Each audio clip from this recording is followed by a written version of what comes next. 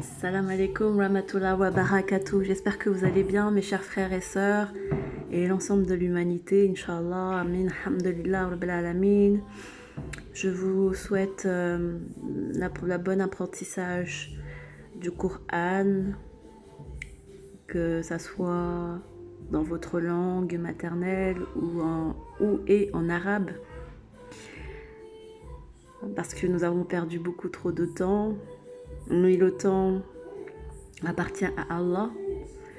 Alors si nous sommes arrivés à ce point de réveil, c'est que il était bien temps. Donc nous ne sommes pas si en retard que ça, c'est juste que le temps arrive au bon moment.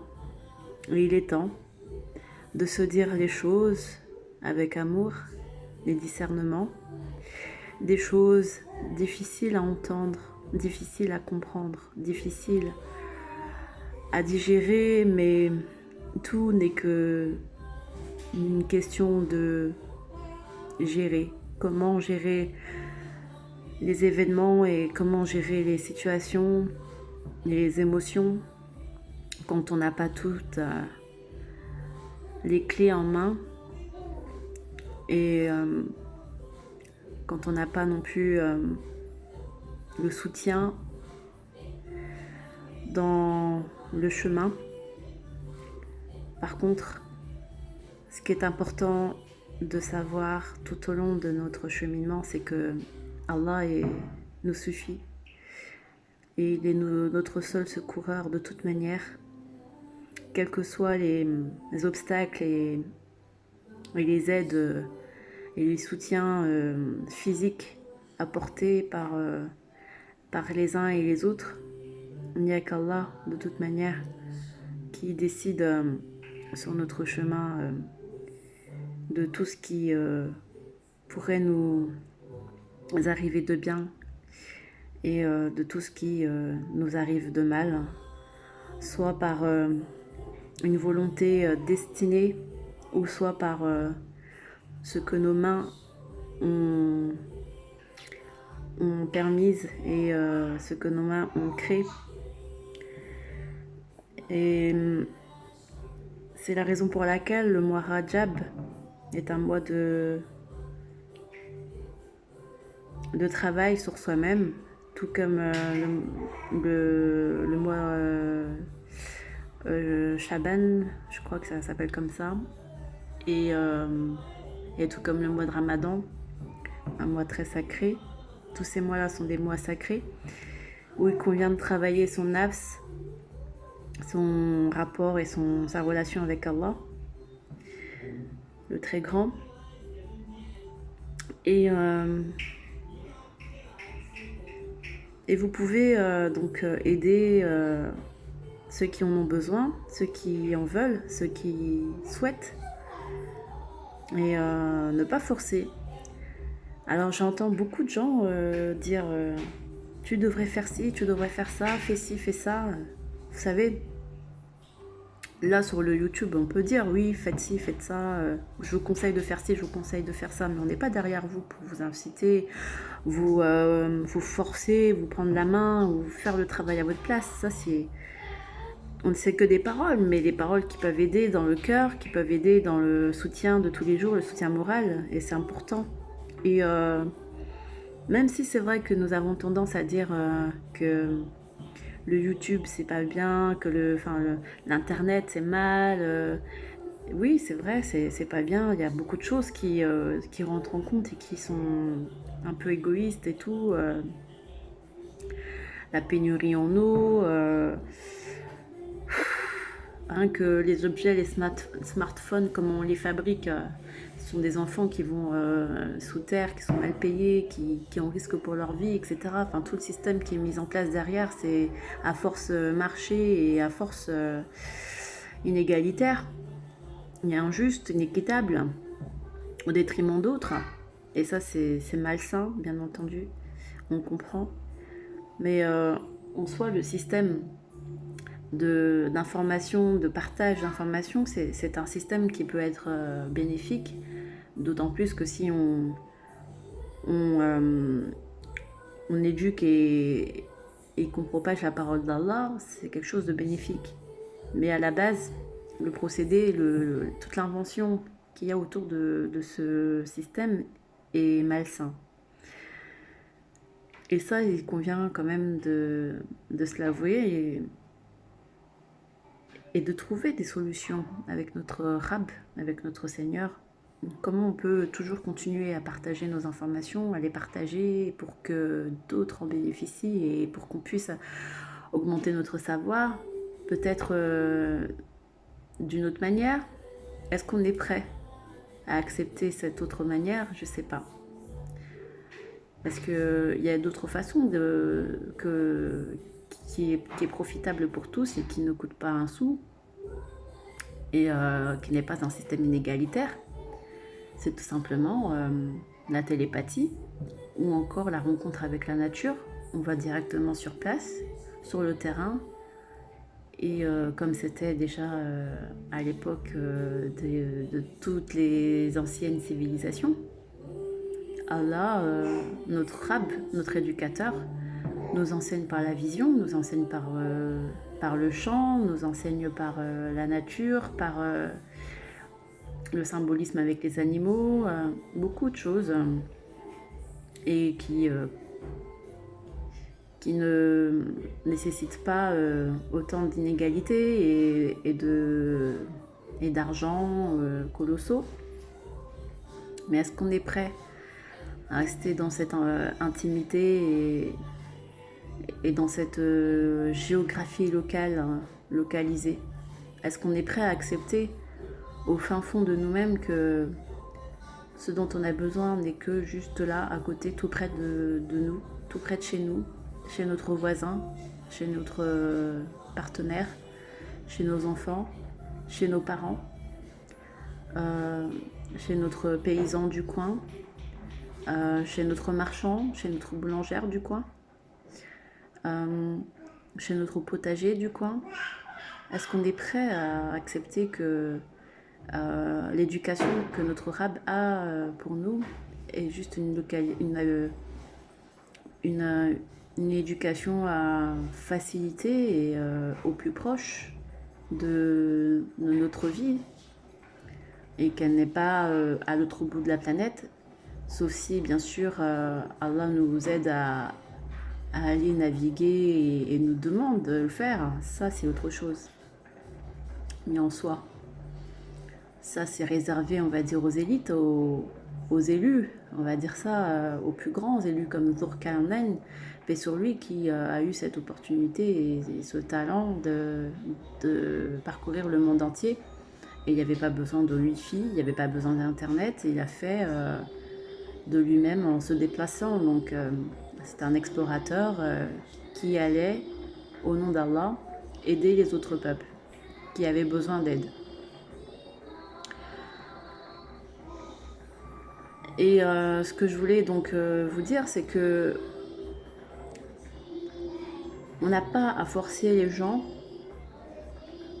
à faire les choses, mais les amener à comprendre et à prendre conscience de la réalité de cette science innée, de cette science qu'Allah divulgue à l'ensemble d'entre nous, que nous soyons croyants ou pas croyants.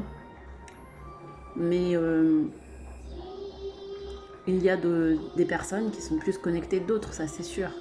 Et quand je dis connecté, c'est pas qu'il a le Wi-Fi à haut débit gigawatts, non. Connecté tout simplement avec la bonne information, le bon raisonnement, à juste temps, à juste titre. Voilà. Et étant donné que nous sommes dans une société au jour d'aujourd'hui où on a accepté l'avènement de l'Internet, moi la première, quand j'étais très jeune, je n'attendais que ça. Au fin fond de moi, je vais vous parler de quelque chose que personne peut-être n'en parle. Mais quand on arrive sur cette terre, on arrive sur cette terre avec déjà des acquis dans nos gènes, dans nos ADN, comme si on savait déjà ce qu'on voulait, ce qu'on attendait de cette planète. de cette terre, comme si on savait déjà, comme si nos âmes, je ne parle pas de quelque chose de bien ou pas bien, mais de nos âmes, ce qu'elles désiraient déjà entreprendre comme expérience et comme façon de vivre. Et parfois, nos âmes ne sont pas toujours des âmes. Oui, certes, quand on est sans faute, parce qu'on n'a pas encore parlé, on n'a pas encore fait des actes d'intention, ni quoi que ce soit. Mais au fin fond de nous, quand vous-même vous observez un bébé, un enfant, il a déjà son âme qui lui suggère, qui l'incite à faire tel ou tel acte, à penser à telle ou telle chose, à être attiré par telle ou telle chose. Et après, c'est aux parents d'orienter, de conseiller, d'éduquer et de remettre sur le droit chemin s'il faut, redresser, etc. Apporter précision, apporter éclaircissement et argumenter pour convaincre l'enfant à se diriger vers d'autres aspirations si c'était pas une bonne à la base. Mais comme le dit Surat Shams, le soleil, nous avons donné à l'homme sa pureté, tout comme nous avons donné son immoralité, sa perversion, son côté pervers. Et ça, tout le monde l'a. Tout le monde l'a. Et quand on arrive sur Terre, bah, c'est comme si on avait déjà toutes ces connaissances informatiques, alors que dans les années 80, quand je suis née, il n'y avait pas tout ça. Mais j'aspirais fortement à ce que le monde s'accélère pour qu'il y ait ce partage. Et quand j'ai eu Wanadu avec la connexion juste à 1 heure par mois, j'étais pas bien. Je voulais absolument que ça soit une connexion illimitée, que ça aille vite, que tout le monde me réponde tout de suite et que j'attende pas mon mail dans 3 semaines ou dans 15 jours pour avoir la réponse. À l'époque, j'avais AOL. Et aujourd'hui, quand je vous parle, je fais le combat anti-internet entre guillemets parce que je ne savais pas que, ou peut-être mon âme le savait, mais peut-être que c'était pas la priorité pour elle, pour le côté sain, équitable et tout ce qu'elle voulait. En priorité, c'était d'avoir une communication la plus fluide, la plus rapide possible. Mais quand on regarde maintenant, c'est vrai qu'il y a des choses qui ne vont pas et nous sommes, en tout cas moi je suis responsable parce que je ne sais pas vous comment vous étiez à votre état d'esprit si vous pensez aussi à ça parce qu'il y a beaucoup qui se cachent derrière le fait qu'il est 1% plus riche, qui domine le monde, qui ont fait le façade, qui ont fait la fitna, qui ont fait le désordre sur terre, mais c'est juste parce que, en tout cas moi je témoigne pour moi, mais c'est juste parce que nos intentions premières elle convergeait aussi sur ça, sur le fait d'aller plus vite, d'aller toujours plus vite, de partager plus vite et de sortir aussi de cet enfermement local qui nous était donné comme une destinée forcée. On ne voulait pas de cette destinée forcée, de rester toujours avec les mêmes, toujours avec ceux qui sont dans notre entourage, qui nous épuisent, qui nous fatiguent et qui ne nous élèvent pas peut-être. En tout cas, c'était cette façon de penser là qu'on avait, ou que moi j'avais. J'étais là, je me dis mince, oh là là, je vais aller à l'école, je vais encore retrouver les mêmes élèves, les mêmes amis ou les mêmes faux amis. Je n'arrivais pas à m'intégrer. J'allais à l'école, c'était toujours la bagarre, c'était le martyr, j'étais le vilain mauvais canard, enfin voilà, des choses comme ça. On n'était pas bien, on se sentait mal, incompris, on voulait aller toujours plus vite, etc. Donc cette souffrance, au final, elle n'a pas été gérée pour mieux s'intégrer parce que je pense que c'était de toute façon impossible. Mais dans les deux sens, parce qu'il y avait un très fort décalage. Mais on avait juste, moi j'avais juste envie, c'était d'avoir une nouvelle forme de communication, une nouvelle forme de vie, une nouvelle forme de vie, tout simplement, une nouvelle façon de vivre. Et YouTube, tout ça, ça nous a libéré quelque chose, je sais pas, un poids, une souffrance. L'internet, ça nous a libérés, mais au détriment du malheur d'autres. En fait, c'est le bonheur des uns fait le bonheur des autres, le malheur des autres, c'est ça un peu. Et c'est cet égoïsme-là, en fait, qui se traduit dans les 1% plus riches. Parce que eux aussi, ils font comme nous. C'est un agrégore. C'est comme je vous disais toujours, c'est un baromètre, en fait, de nos attentions, de notre façon de penser, de notre égoïsme, si c'était de l'égoïsme. Et nos âmes le savaient, je pense, avant qu'on arrive sur Terre de tout ça, mais quand on arrive sur Terre et qu'on s'incarne, on oublie tout ça, toutes ces... Ouais, on oublie tous ces pactes et tous nos sermons envers Allah, juste pour souffrir moins et pour se sentir mieux, et en oubliant que d'autres vont souffrir. Et c'est pour ça que le réveil, l'éveil en conscience nous permet d'avoir une globalité, un esprit large, ouvert, et être plus dans la globalité